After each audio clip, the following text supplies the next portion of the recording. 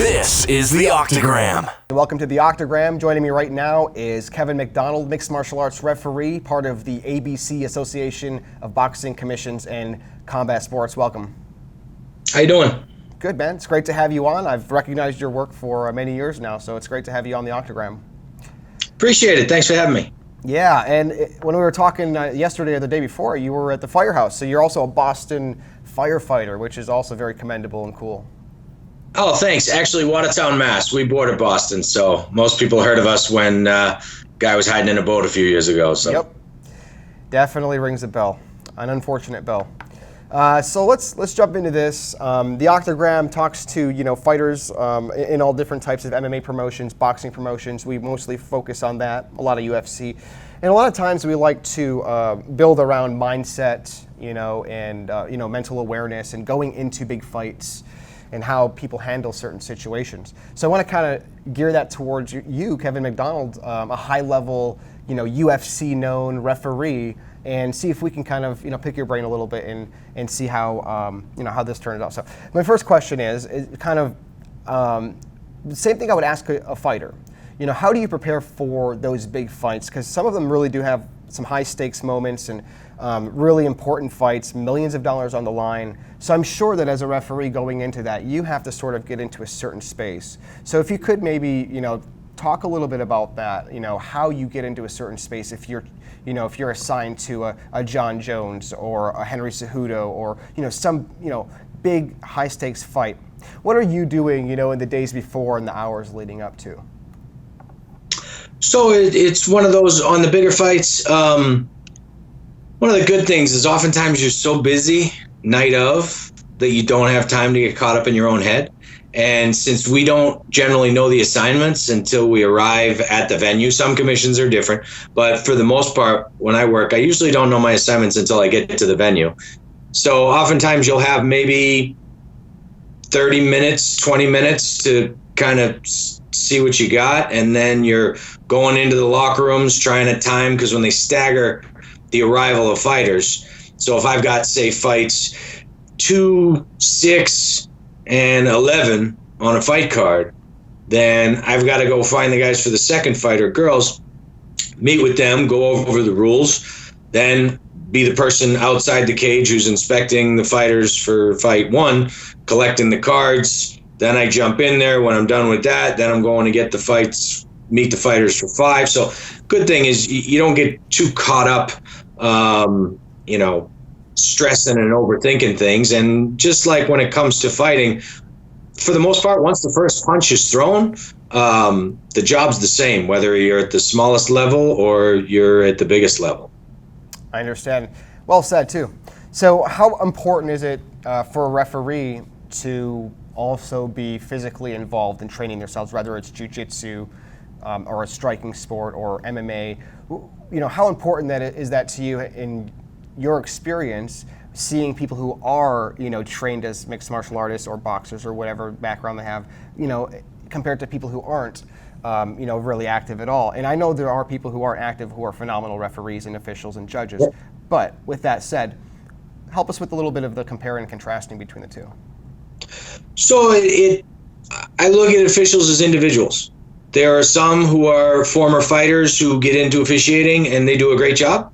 There are some who are former fighters and get into officiating and actually their fighting bias kind of works against them because they might let it go too long because they think of themselves as that guy in there, or as a judge, they might be looking at it like, oh, this guy should have done this, as opposed to just treating the action for what it is. As far as training and staying involved, I think it's hugely important because, for one, sometimes we get pushed and shoved and moved around, and got to be able to roll with that. I mean, I've had guys try to take me down. I've gotten shoved. And you got to be able to just be cool with it and roll with it, and know how to defend the single leg if someone's coming at you, even if they're not conscious. But also, we're the ones that have to tell the commission what the submission was, why exactly we stopped it.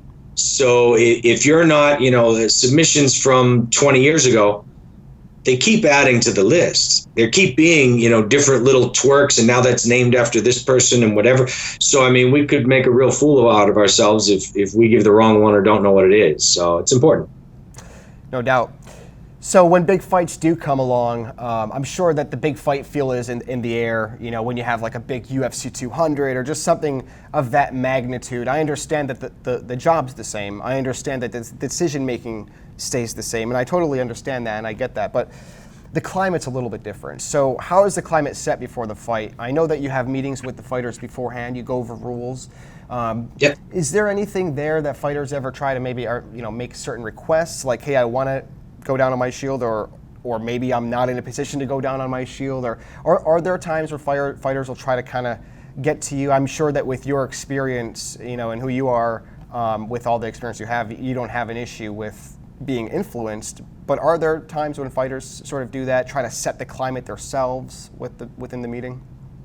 Oh, sure. I mean, they'll say, like you said, hey, I want to go out on my shield. I'm ready to die in there. And, my response is usually, and my job is to not let that happen. So it's from the earliest levels, because I still do lots of local shows. So from the local right up into the big, when you get into the big, in many ways, officiating, I was just teaching a referee class out in Oregon last weekend. And we tell new referees, like, on the big stage, you're dealing with legitimate professional athletes. They have something to lose by acting up. This is their job. This is their career. So in many ways, the officiating itself, you might not be dealing with as much craziness as you might at the local VFW from some guy that just slammed 15 Red Bulls and has a crowd full of people. But you're under a microscope at that big level because there's so many different angles and HD, and we're microphoned, and we've got commentators, and it's the small things you really you got to watch what you say a lot more. You got to be in the right position. You got to recognize where, if you're completely blocking a judge, whether you're moving or not, if you're completely blocking a camera, the commentator, any of this. So there's a lot of things going on. But the benefit is you're dealing with legitimate professional athletes who've been doing this for a long time. Thank you. I appreciate that. Makes a lot of sense. There are moments when things can get very difficult, especially in the position you're in when you're refereeing, two fighters. And I haven't been there in that position myself. I've been refereeing hockey for 10 years, but that doesn't compare in any way. But I couldn't understand that, so don't misunderstand, my question here. But there are times when mistakes are made, and I'm not pointing at any specifics here at all, just to be clear. Yeah. But when those do happen, when mistakes do happen, and it's pretty clear that a mistake's been made, what can you share with us about the way that it's handled in terms of maybe continued education or? And I'm not trying to shine any negative light here. I'm just trying to educate the fans. Absolutely. So how are those things handled then? Is there continuing education? Is there a process or some kind of protocol so that everyone gets on the same page? The reason the mistake happened is identified and sort of so everyone can move forward. Is there a process? So unfortunately, the sport that we have, it's overseen by individual state athletic commissions and tribal commissions and different countries. So that means every place you work is completely different. As an official, you got to have a crew of guys that you can trust. And you got to be able to, because if you have officials that are friends and they're not giving you real feedback, they're not really your friends. And we always joke, one of the easiest ways to tell if you might have been on the bad side of a call is when you're coming out of that cage and the crowd might be on you a little bit and you look down at the chairs where the other officials are. If no one's making eye contact with you, people are like, oh, looking for the phone, checking the time. like that's a good indicator. Like, all right, man, nobody wants to be the first one to be like, no. And then you have that one guy that comes over regardless of what you did. And he's like, no, man, that was the right call. Sure. So most of the time with the big shows, we have a meeting afterwards in the back where they'll go over certain things. And also you'll have sometimes certain individuals will come to you immediately after that call. But when there are people in authority, it's more what was going through your head, what were you thinking, why? Now, any one of us at any given moment can have a controversial call. That doesn't mean it's a bad call. That doesn't mean it's a good call either. But what you have to look at is someone's body of work. I tell new referees, if you're consistently stopping fights early, maybe you should go to the judge's chair, because your correction is going to be, oh no, I'm stopping fights early, I got to stop them later now. And if you're going against your gut and now trying to stop it later, that's not a natural stoppage. That's not your natural knowledge telling you when. Just like if you're consistently stopping fights late and being dangerous, then you don't want to switch over to, oh, I got to start stopping them earlier. Like, it's kind of an intrinsic thing. And anytime an official, a referee, doesn't listen to their gut, that's when bad things happen. I've been doing this a long time. Have I stopped fights early? Yeah. Have I stopped fights late? Yeah. But at the end of the day, I feel like my gut's a pretty good indicator. And if I hear that internally, man, you got to stop this fight. And something happens, I got to live with that. Okay. I believe that I heard the last sentence or so you cut out just a bit, but I believe you said, if you make a mistake, you have to live with that. I believe those are your final words there. Well, that was a lot of insight, and I appreciate that. It makes a lot of sense and definitely sheds a lot of light on, what my question was. So I appreciate that. Now let's talk about some of the markets that aren't exactly in line with the ABC's unified rules. Are there certain markets that make it a little bit more difficult to work in, whether it's the UFC trying to put bigger fights there, or if it's you sort of juggling between rule sets? What is there to be said about that? So I come from like back in the late 90s. So I've been officiating since like 99, 2000. So back then, it wasn't uncommon to be refereeing 3 or 4 different rule sets on a card. Pancrase, open hand rules, no soccer kicks, no elbows, just all. So at the end of the day, I think it's much more of a disservice on the fighter. If you're an official and you're worried about the difference tonight between the downed opponent rule, whether it's 1 hand down or 2 hand down, like if that's stressing you out, you probably shouldn't be doing it at this level, because you get thrown stuff on the fly all the time.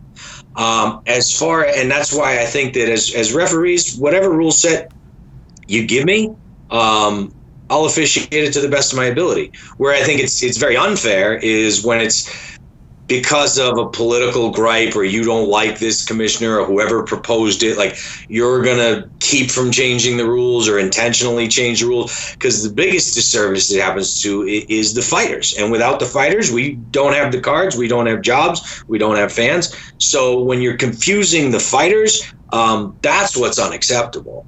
As far as outside the U.S., for the most part, you see most commissions all kind of, or wherever it is, they all kind of fall in line with what the ABC unified rules are, except, of course, some of the Asian promotions, which, have the soccer kicks and all that, which, hey, good on them. I'd love to see it here, Is that something you'd like to see here? Is that something that you really would, or are you just kind of... here's the thing. Like I said, I've been in this a long time. As a referee, the less rules and details that I have to deal with, the easier and more pure, and the more I can focus on, do I stop this fight or not? Did a legitimate foul just happen or not? Like when it's the difference between, hey, his hand was down and he threw the knee, and then the hand was not all the way up, or the knee was not, like, and you're so focused on that, just like the fighter who's throwing the knee, is his hand down? Is it not? Is it knee down? Is it not? Like, as opposed to just actually fighting. So I totally get it. We're not going to get knees to the head or soccer kicks back, because it's a bad look and it's a bad. But as far as in its pure form and strictly speaking as an official, the less rules I have to interpret, there you go, the less drama. Okay. While we're on the rules, let me just expand a little bit. As I was studying some of the ABC's rules that were, I think, readdressed in 2017, if that's correct. 16, and then just a couple of tweaks. Right. At this last convention, 18. So focusing on impact is one of the main, one of the main things that the judges look at when scoring a round is primary impact. criteria. Yeah. That includes lacerations and cuts, right? So what I'm getting at is if, let's say somebody gets a cut wherever it is, but it wasn't necessarily from an offensive move from their opponent, but maybe it was from the cage or something that shouldn't have happened, whatever the case is. Maybe it wasn't illegal, but it wasn't exactly offensive. Is that something that you would communicate to the judges so that they can understand that that laceration is not necessarily from an offensive strike, but from an incident? Well, the judge's job is to pay very, very close attention to the action that's happening. The only time that I would get involved in something like that is, let's say we have an illegal knee to the head that I deem to be inadvertent, accidental, but it causes a laceration. In a situation like that, I can take 2 points. I can take one for intent and I can take one for damage, where I'm shutting off the intent because I'm saying it was an inadvertent strike. It was accidental. He was targeting the chest. The body moved. It hit the head. This is an accidental situation, but there's damage. That fighter's no longer the same. I'm going for a point. If I feel that he was just trying to time it right, like he's like, okay, he's about to get up and I'm going to fire it. Which happens often. One of the problems is people think when you talk about an intentional foul that there's malice involved. And there doesn't have to be. If I'm trying to knee you in the head, I knee you in the head. I just timed it wrong because you were still grounded when I did it. That is an intentional foul. I have to take a point. If there's damage as well, then I take a second point. And I won't ever say what I'm doing until I see if indeed the fighter can continue or not. So that way there's no sort of game into the system or anything like that. So when it comes to like with what you were saying, I will say to a commission in between rounds, if someone's head goes against the fence and it happens to give a laceration, like I'll tell the scoring table, but I'm not going to be able to go, and the judges should notice like, hey, that was an impactful strike, because we can't say damage because it's too much. But when we teach it, we talk damage. And that was part of the agreement. On paper, it's impact. But you know what? It's damage, part of the 3Ds. Okay, I got you. So when you're doing a seminar, you can say damage. But when it's on paper, yeah. I got you. It's impact. Lastly, still on the rule set, lastly with the rules, and we'll be wrapping up here fairly quickly. I know that you have to get your kid to jiu-jitsu, which is pretty cool. Sure. Takedowns. The new unified rules state that if a fighter takes somebody down and that fighter gets right back up, or that fighter takes somebody down and just holds them there without any offense or any real advancement, that takedown shouldn't actually count as offense, but just a change in position. And it's interesting because Ariel Helwani mentioned this yesterday or the day before to Chael Sonnen as well. As I was, it was so ironic. As I was studying the rules yesterday, I had Ariel on in the background, and he was talking about exactly that. So we've seen fights lately be swayed by a takedown at the end of a round. So what are we doing here? What are we looking at in terms of that? Okay, so here's the situation. In a nutshell, you have your primary scoring criteria, your secondary, your tertiary. Your primary is effective grappling and striking. That's what fights are supposed to be scored on. Now, if they are completely equal, we're talking over 5 minutes, not an extra strike, not an extra, attempt, not anything. That's when Completely octagon control comes in, right? No, that's when effective aggressiveness comes in. Third is octagon Effective control. aggressiveness. Okay. Effective aggressiveness is the tiebreaker. Okay, so 5 minutes, completely even, nothing changes. This is when you're thinking 10-10. That's when we go to effective aggressiveness. So cage and ring control is the tiebreaker for the tiebreaker. In other words, very rare. And the definition is also already partially covered by effective striking and effective grappling. So it's kind of an odd, situation. So when it comes to something like a takedown with what you're asking, you have to look at the difference between takedowns. And unfortunately, too many people, when they refer to a takedown, we may all have different ideas of what's going on in our head.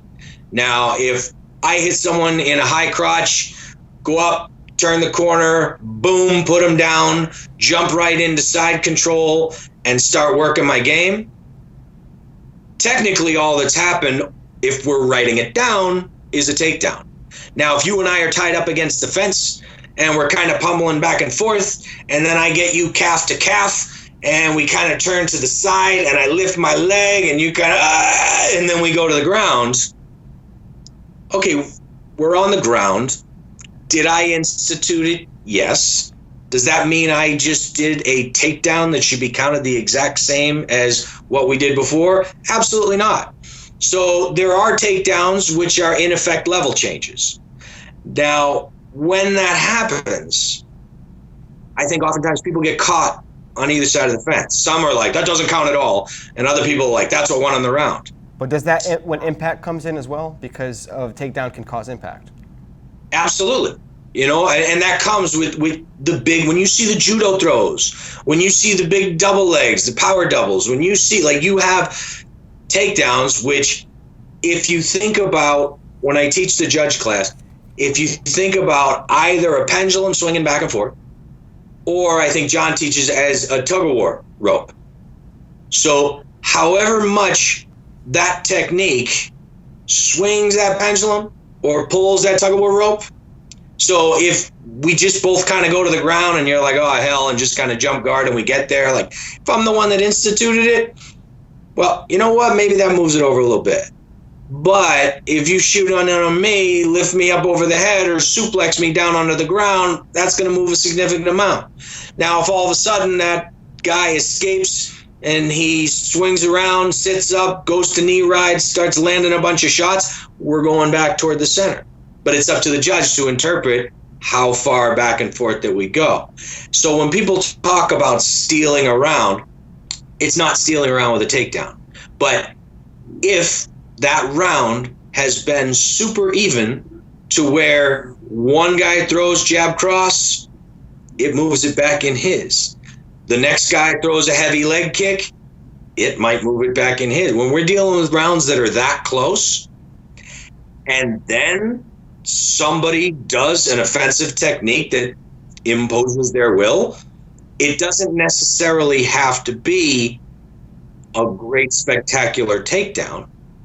But if the judge has it in his mind that everything is that even to where they're considering going into that effective aggressiveness category, that can be. One of the hardest things I'll tell you super quick about teaching a judge class, and I say this at the beginning of every judge class, is every single thing that I'm about to tell you today has multiple examples where it's not true. Because can a takedown win a round? Yeah. Is it regularly the thing that makes the difference? No. Are there examples where the takedown didn't change anything? Yeah. Are there examples where the takedown is what changed everything?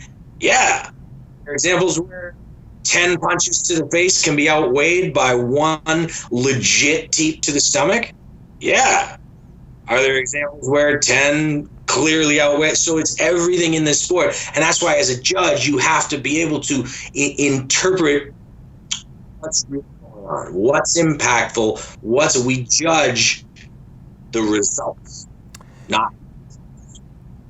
Yeah, in other words, you're also connecting a lot of dots because you're considering several different variables. It's a very complex formula that you sort of have to think about on the fly. And it's great, man. Thank you for the insight. I really appreciate that, Kevin. It's good stuff. Sure. Let's switch gears just for a second here before I let you go and get to jiu-jitsu for the kids. I was just thinking about this a moment ago. Stipe Miocic, he's a firefighter. You guys ever have any bond over that at all? Actually, never spoken. I was down in. I did the card in Brazil when he got Verdun down in Curitiba, and then saw him in the airport the next day and just did the simple head nod, good job, you know. Does it cross your mind, though, that he's a firefighter when you're seeing him, or is that just you're too busy and you're not really thinking about it? Honestly, it's a great job that complements each other, because, you know, he clearly has the time to train, is able to probably swap shifts, get coverage, things like that. I know he came out also to Boston for one of those shows, and you know, it's always one of those weird things, because I know he did something with Boston Fire when he came out here, and you know, people are like, and it's like, as an official, you're like, nope, I'll be staying home having dinner the night before. And before I let you go, just to remind the viewers who we're looking at here today, thank you for joining me. His name's Kevin MacDonald. He is a referee for mixed martial arts at the Association of Boxing Commissioners and Combat Sports. You also lead the charge in several of the ABC's MMA referee seminars all over the country. You've been doing this, like you said, since the 90s. So great work, as I said earlier, and thank you very much for your time. This is very educational. I really appreciate it. Thanks so much, man. Anytime. It was a pleasure. Thanks for watching. If you haven't subscribed already, please do so. Hit that subscribe button down there. And when you're done with that, go on over to Instagram and Twitter and follow us at The Octagram, and on Facebook.com/TheOctagramMMA. You've been listening to The Octagram. Octagram Radio is online on Facebook at The Octagram MMA and on Instagram and Twitter at The Octagram. For video content, subscribe to The Octagram on YouTube at youtube.com/TheOctagramMMA. Follow Mark Charles on all social media platforms at The Legal Man Mark. That's Mark with a C. Octagram Radio is live again next week at 7:05 p.m. Eastern Time on Money Talk Radio, right here in Tampa on 103.1 FM, 92.1 FM, and 1010 AM across the Bay Area. Stream live from anywhere on MoneyTalk1010.com.